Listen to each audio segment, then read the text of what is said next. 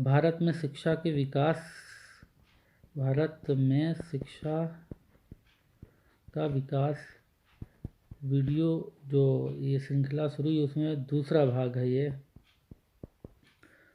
इस भाग में, पहले भाग में हमने देखा था कि भारत में बुनियादी शिक्षा, भारत में बुनियादी शिक्षा उसकी शुरुआत कैसे हुई, और फिर उसके बाद इसी में हम लोगों ने देखा था आंग्ल प्राच्य विवाद और निस्यंदन सिद्धांत, निस्यंदन सिद्धांत, अधोमुखी निस्यंदन सिद्धांत के बारे में इसी में देखा था। अब ये दूसरा भाग है, इसमें हम लोग देखेंगे 1854 का डिस्पैच वुड का घोषणा पत्र या वुड्स डिस्पैच।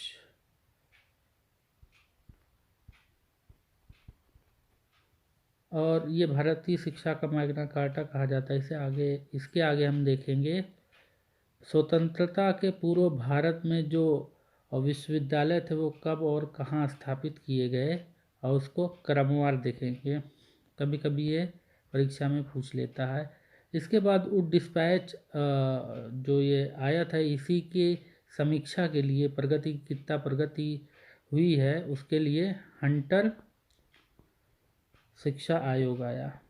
हम इस भाग में एक तो देखेंगे वुड का डिस्पैच एक्ट क्या था, उद्देश्य इसके क्या थे, और फिर उसके बाद भारत में विश्वविद्यालय, फिर हंटर शिक्षा आयोग के बारे में। ये तीन बातें हम यहाँ, तीन चीज़ें देखेंगे। 1854 में बोर्ड ऑफ कंट्रोल के जो प्रेसिडेंट थे यानी प्रधान चार्ल्स वुड 19 जुलाई 1854 ईस्वी को भारतीय शिक्षा को लेकर एक व्यापक योजना लाई, जिसे बाद में वुड का डिस्पैच कहा गया। इसमें 100 अनुच्छेद थे। इसका उद्देश्य क्या था?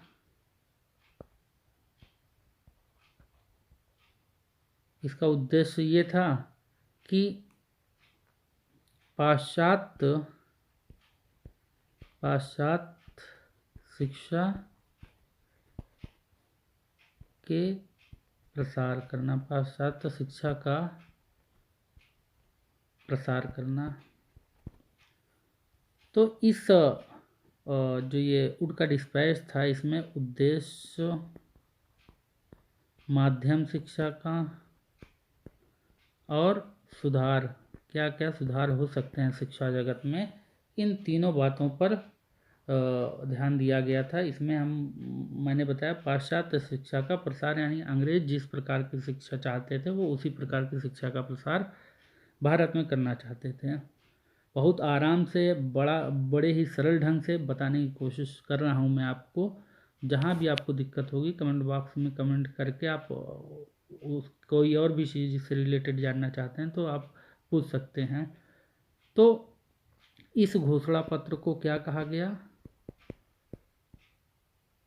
इस घोषणा पत्र को कहा गया मैग्ना कार्टा।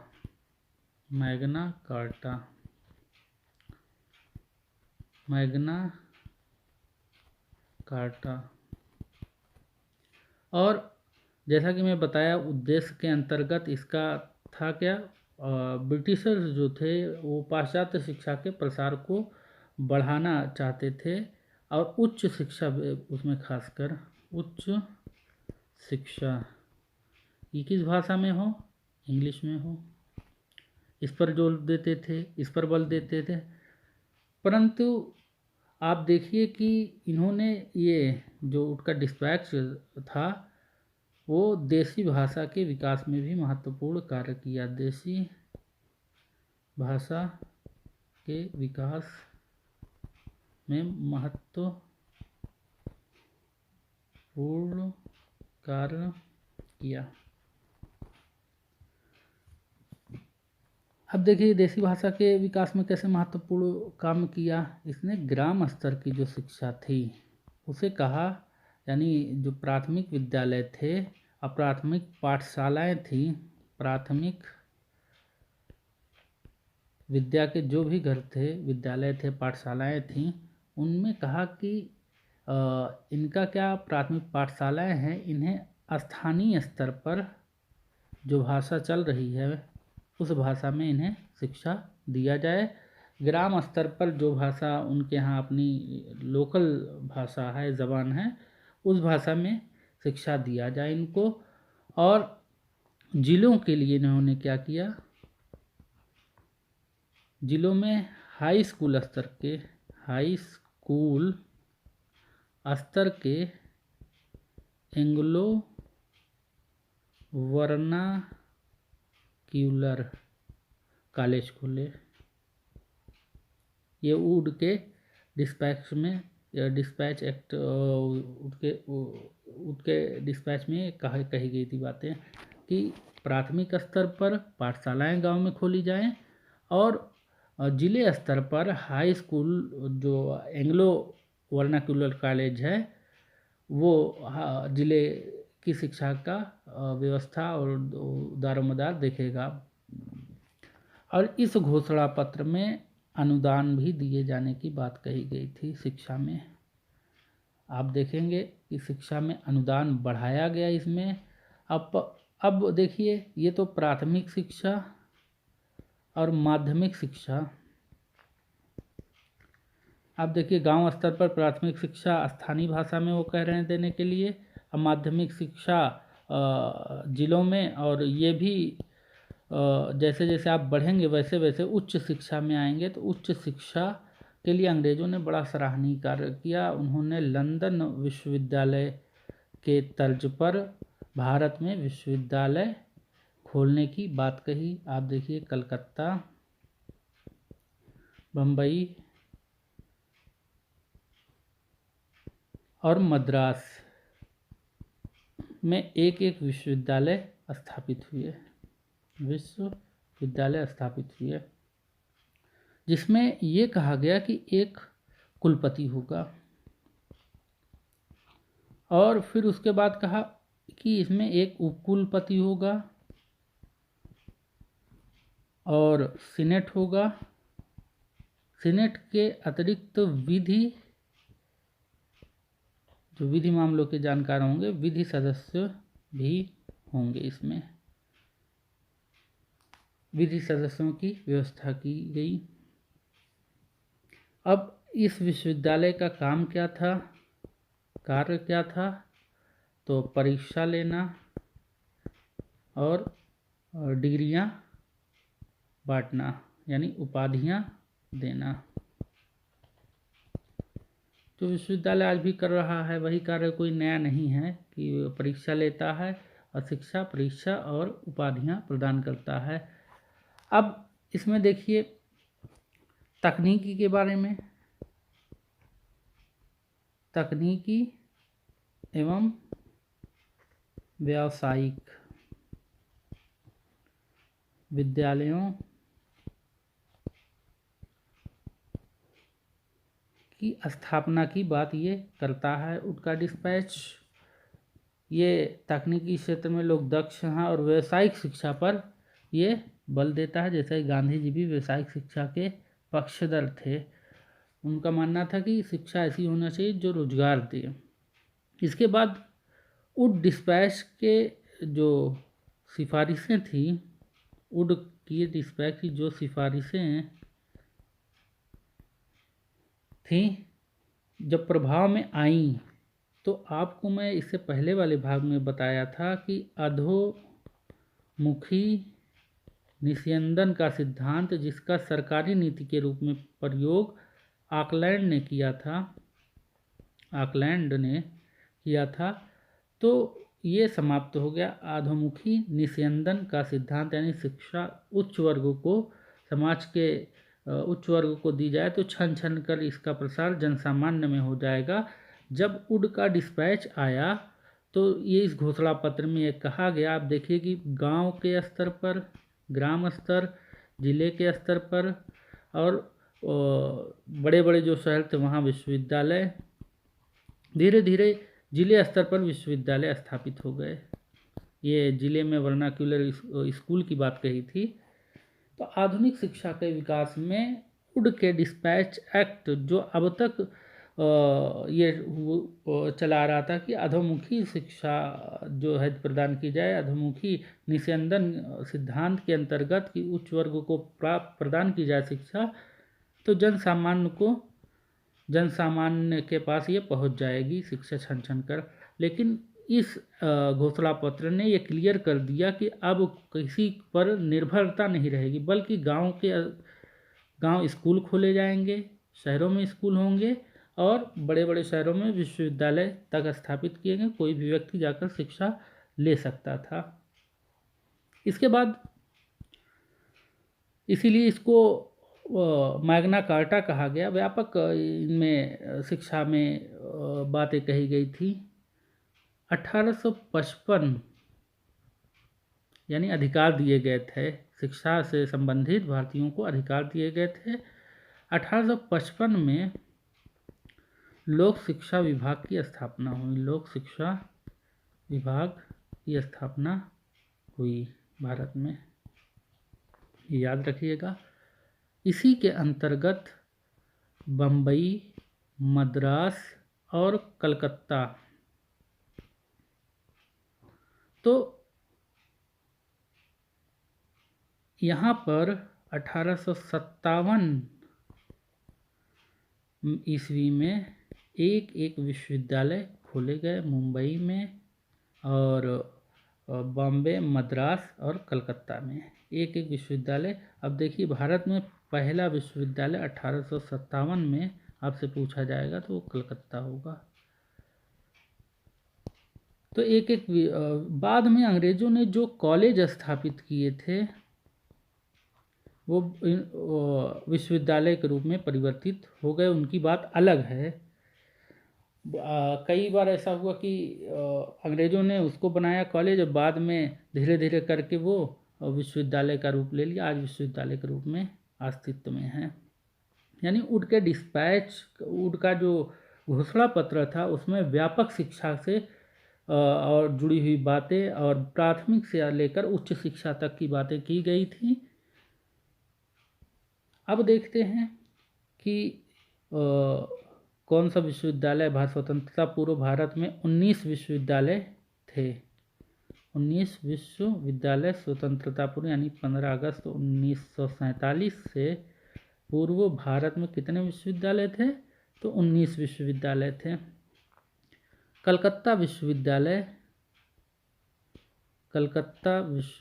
जिसे कोलकाता विश्वविद्यालय कहा गया, 1857 में बना।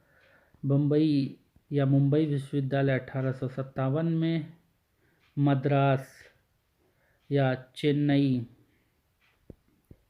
यूनिवर्सिटी मद्रास विश्वविद्यालय, ये भी 1857 में बना था। यानी 1857 में 3 विश्वविद्यालय स्थापित किए गए थे।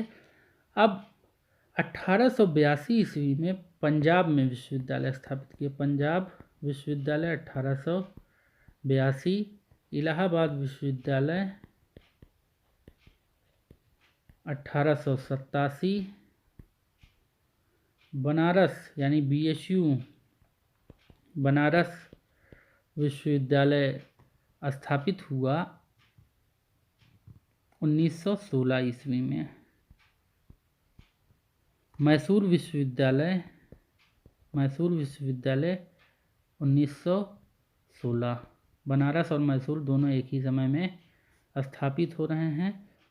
उसके बाद है अलीगढ़, ये तो कायम हुआ 1875 में, लेकिन वो विश्वविद्यालय का रूप लिया 1920 में। एंग्लो ओरिएंटल मुस्लिम कॉलेज आप देखेंगे सर सैयद ने बनाया, बाद में 1920 में अलीगढ़ विश्वविद्यालय बन गया। लखनऊ विश्वविद्यालय 1921, ये 1921 में स्थापित हुआ। दिल्ली विश्वविद्यालय ये बना 1922 में, और नागपुर विश्वविद्यालय ये बना 1923 में, और फिर उसके बाद आंध्र यूनिवर्सिटी, आंध्र विश्वविद्यालय ये बनी 1926 में। आगरा विश्वविद्यालय ये स्थापित हुआ 1927 में, और अन्नामलाई विश्वविद्यालय 1927। और फिर केरल यूनिवर्सिटी या तिरुवनंतपुरम ये बनी 1929 ईस्वी में, 1929। और फिर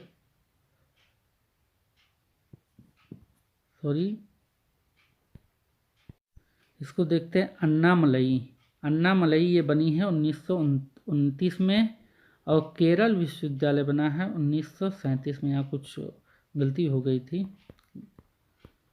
केरल विश्वविद्यालय 1937।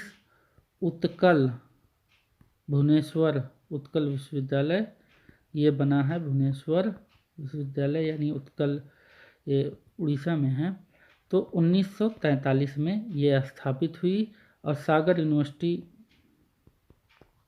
ये बनी है 1946 में, और राजस्थान यूनिवर्सिटी बनी है, राजस्थान जयपुर यूनिवर्सिटी 1947 ईस्वी में। तो इस प्रकार स्वतंत्रता के पूर्व हम अब इसके बाद देखते हैं हंटर शिक्षा आयोग। हंटर शिक्षा आयोग ये मैं बताया भी शुरू में कि वुड के जो घोषणा पत्र था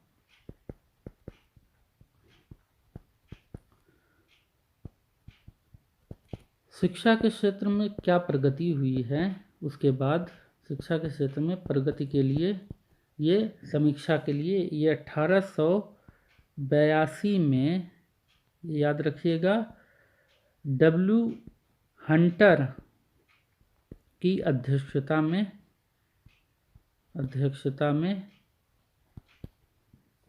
एक आयोग का गठन किए। इसमें कितने सदस्य भारतीय थे, तो 8 सदस्य इसमें भारतीय भी लिए गए थे।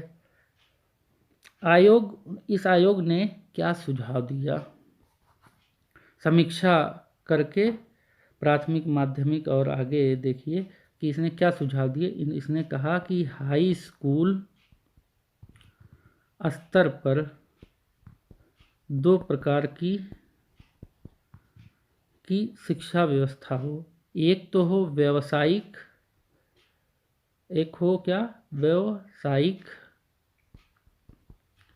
दूसरा होना चाहिए व्यापारिक।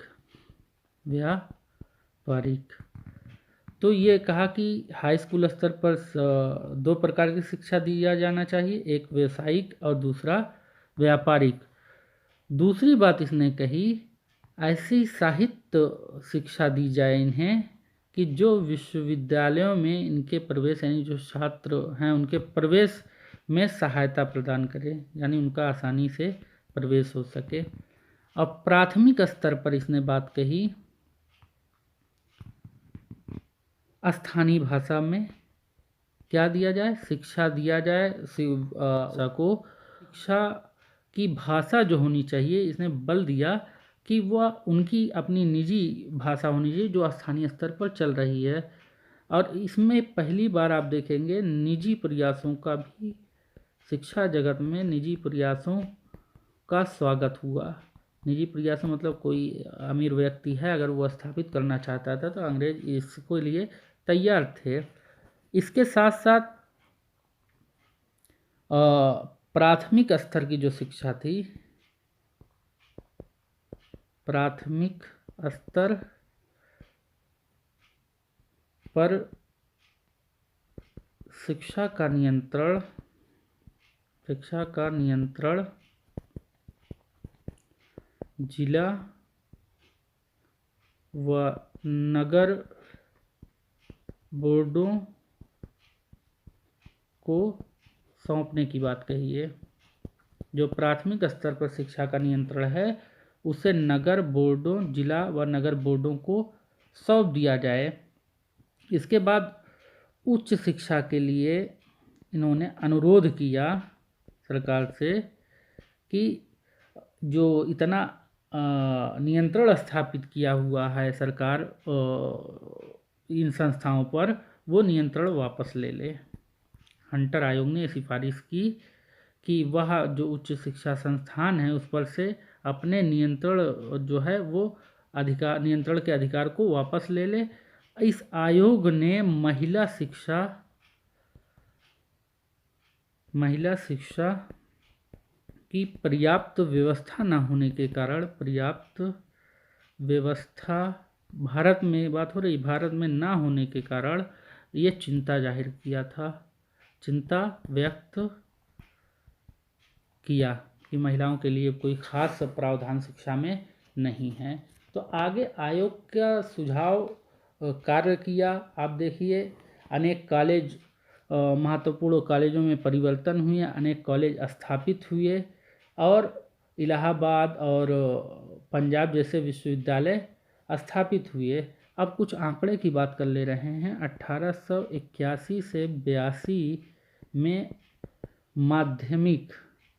माध्यमिक पाठशालाओं की संख्या जहां थी 3916 थी, वही 1901 और 2 में बढ़कर कितना हो गई, 5124 हो गई।